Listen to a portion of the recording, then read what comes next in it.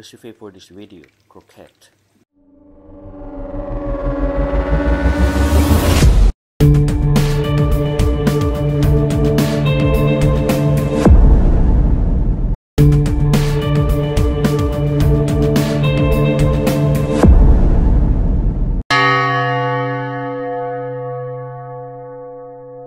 Hello mga ka-cravers, ang recipe po natin ito ay tinatawag na croquette.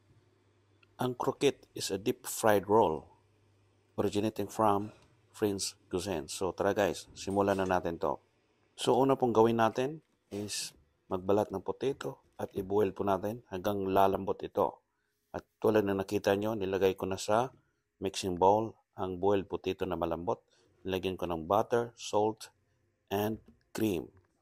Sunod na gagawin, i-mash natin to using the metal or anything na pwede nating ipang-pound, ipang-dikdik natin sa ating potato para maging ganyan na siya, ka-smooth or thick. So, i-continue lang natin pag-pound ng ganyan using ng metal or whatever na magamit nyo hanggang maging smooth ang ating texture sa mashed potato natin. Napakadali lang ito yung gawin mga ka-cravers. Sa nakita nyo ngayon, napakasimple lang, di ba? Ang gagawin nyo lang, balatan ng patatas, ibabad sa malamig na tubig, pagkatapos, i-boil nyo hanggang lalambot. And then ito na, nakita nyo na, minimix ko na lang. Lagyan ng salt, butter, and cream. So, kailangan talagang pinong-pino yung pagka-mash natin. So, pagkatapos, takpan natin ng cling film and ilagay sa refrigerator. So, ngayon mga cravers, gagawa tayo ng pang-filling niya. So, ito, ang ginamit kong pang-filling dito is yung tira ko na spaghetti sauce. So, nakita nyo, mayroon pang spaghetti, di ba? So, nilagyan ko lang ng cream and then, biniblend ko siya gamit ang immersion blender or stick blender. Napakadali lang po nito gawin mga ka-cravers. I-blend nyo lang yung filling natin hanggang maging smooth ang texture nito. So, kung may mga leftover kayo mga ganito sa bahay, huwag nyo itapon. Ilagay nyo lang sa freezer.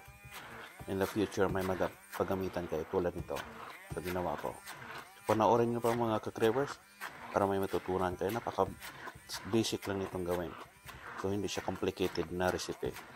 So, sundan nyo lang ako mga ka-cravers at mag-enjoy sa papanood.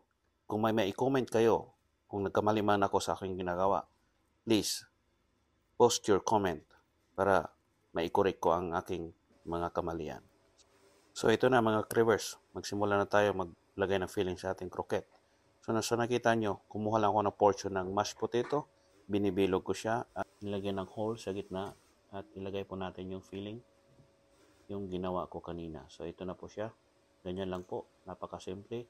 And then balutin nyo ng mashed potato ulit at i-form nyo ng bowl. So medyo may kahirapan po pag-form nito ng bowl kasi nga yung mashed potato natin medyo madikit sa ating gloves. So, kailangan po nating tiyaga dito para maging successful ang recipe ito. Pero kung may ideya po kayo kung paano mapabilis or paano mapabilog ng ganyan, so, pwede kayong mag-comment sa ating comment section para ma-correct natin. So, now, meron akong itlog dito. Ibit lang natin until madurog yung dilaw na itlog. And then, pagkatapos po nito is yung croquette natin na bowl, ilublob natin dyan. So ngayon nilagyan ko siya ng gatas ng konti para hindi masyadong malapot yung itlog.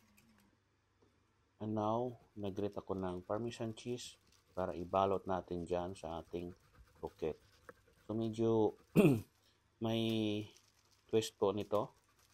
Since yung French cuisine, wala pong ganyan. So ako lang ang nag-isip nito kung lalagyan o hindi. Since na marami akong parmesan cheese, so ito yung ginawa ko mga ka-cravers. Ginanyan ko lang siya. And then, pagkatapos, ilagay ko siya sa ating egg mixture. Egg first. And then, pagkasunod niyan, ilagay mo siya sa flour. And then, pagkatapos, balik natin sa ating egg mixture. Ganyan lang po. Medyo matrabaho ito mga cravers kaya kailangan talaga ng pasensya dito sa recipe ito. And then, pagkatapos sa ating breadcrumbs. So, ganyan lang po. Fully coated dapat ang ating croquette bago natin ilagay sa ating baking pan. Kasi kailangan pa natin palamigin yan. Mas better na ilagay muna sa freezer para ma-frozen ng konti bago natin i-deep fry kasi kailangan talaga natin ng mag-crispy to. So ito, nagpainit ako ng mantika at ito na, piniprito na natin yung croquette natin. So dapat mga cravers, 2 piraso, 3 piraso na ilagay dyan sa ating kumukulong mantika. Kaso nga lang, nabitin ako sa 3, so nilagyan ko ng isa para maging 4. At maya-maya ng konti, dinagdagan ko pa ng isa para maging 5. So ang nangyari is na-overcrowded mga cravers ang aking pagprito ng croquette. Ang resulta, di siya masyadong crispy, pero naluto naman. Ganyan po. And then, ilagay natin sa strainer para ma-drain yung excess na mantika. So, ganito po siya. Tapos, i-arrange sa baking pan. So, ito na mga cravers, tikiman time. Hindi masyadong crispy pero masarap po. Kaya, i-try nyo na sa bahay. Maraming salamat sa panonood. Bye-bye!